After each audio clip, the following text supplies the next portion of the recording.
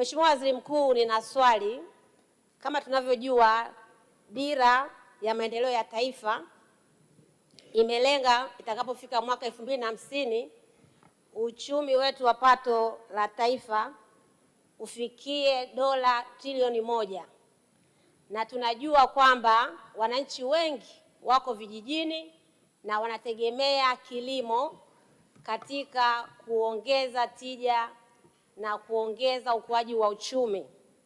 Lakini tunajua kwamba zipo changamoto nyingi kwenye sekta ya kilimo.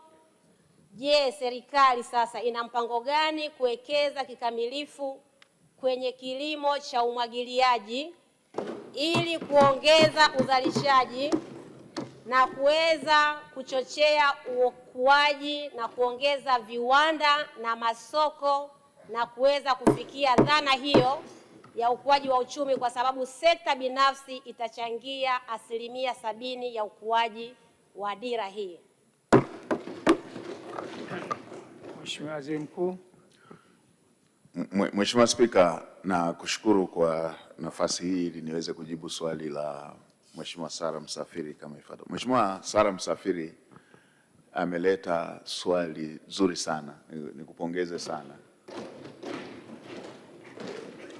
Kimsingi kilimo cha umwagiliaji kwa nchi ambayo na asilimia zaidi ya 65 na kuendelea ya wananchi wake wakiwa wanajishughulisha na kilimo ni ufumbuzi wa matatizo mengi. Moja, Mheshimiwa Spika, kilimo cha umwagiliaji kinaleta dhana halisi ya kukua kwa lile pato la mtu mmoja mmoja kiuhalisia badala ya wastani. Mheshimiwa Spika, tunapopima masuala haya ya pato la mtu tunatumia wastani. Ukisema anapata dola 1,000 kwa siku ama per capita income yake ni hii, kwa kiwango kikubwa inakuwa wastani. Lakini uwekezaji katika sekta ya umwagiliaji unaenda kukuza kipato kwa uhalisia cha mtu mmoja mmoja. Mheshimiwa Spika, na serikali imeanza kuchukua hatua hizo. Nimesema mojawapo ni hilo la kipato, lakini la pili, Mheshimiwa Spika, umwagiliaji unaenda kutoa suluhisho. Kama mkulima alikuwa akilima mara moja kwa mwaka, anaingia kwenye shida ya uhaba wa chakula, anahitaji chakula cha msaada. Mkulima huyo, jawabu analotakiwa kupewa sio kupewa chakula tu cha msaada kila wakati, anatakiwa awezeshwe alime mara 2 ili chakula kiweze kutosheleza. Mheshimiwa Spika, pia katika nchi yetu kumekuwepo na migogoro mingi ya ardhi, migogoro mingi kati ya wakulima na wafugaji. Jawabu lake, migogoro mingi kati ya vijiji na maeneo yaliyotengwa ya hifadhi na vinginevyo.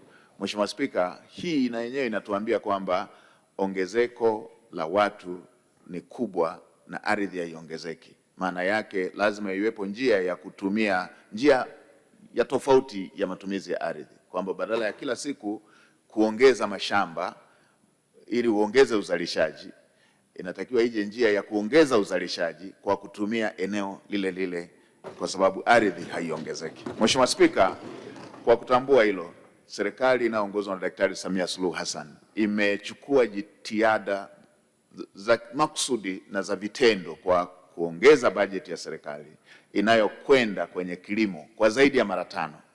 Na baada ya bajeti hiyo kuongezeka, sehemu kubwa imeelekezwa kwenye miradi ya umwagiliaji. Mheshimiwa Spika, imefufuliwa miradi ya umwagiliaji ambayo ilikuwa imejaa tope na mingineyo ikiwa imevunjika. Maeneo mengi imefufuliwa miradi hiyo, ambako kwa sasa tuna zaidi ya miradi 780 ambayo imefanyiwa kazi na mingine inaendelea kufanyiwa kazi na mingine iko hatua mbalimbali. Lakini pia serikali imewekeza kwenye uendelezaji wa mabonde. Kama mnavyojua, nchi yetu imegawanywa katika mabonde ambako mengi kati ya hayo mabonde yameingia kwenye hatua za uendelezaji. Mheshimiwa Spika, moja kubwa ambalo ni la muda mrefu na linaendana na dira ambayo Mheshimiwa Sara ameitaja ni kwamba serikali katika dira na katika ilani yake hii mpya imeelekeza kwenye kuwekeza kwenye gridi ya maji ya taifa, ambako tunayatoa maji kwenye vyanzo visivyokauka mfano wa ziwa Victoria, Tanganyika, Nyasa, mito mikubwa, kuipeleka kwenye grid ya taifa. Na Mheshimiwa Spika, maelekezo ya Mheshimiwa Rais na maelekezo ya ilani ni kwamba sasa tunapounganisha maji kutoka kwenye vyanzo hivyo vya kudumu, tusipeleke tu maji hayo kwa ajili ya matumizi ya majumbani, bali kuwe na matoleo kwa ajili ya umwagiliaji, lakini pia na shughuli za ufugaji katika maeneo husika. Kwa maana hiyo, hili ni jambo ambalo litaenda kutekeleza ili swali na maoni makubwa aliyoyaleta Mheshimiwa mbunge. Kutakuwa na miradi mikubwa kila ukanda ambako kuna chanzo cha kudumu cha maji.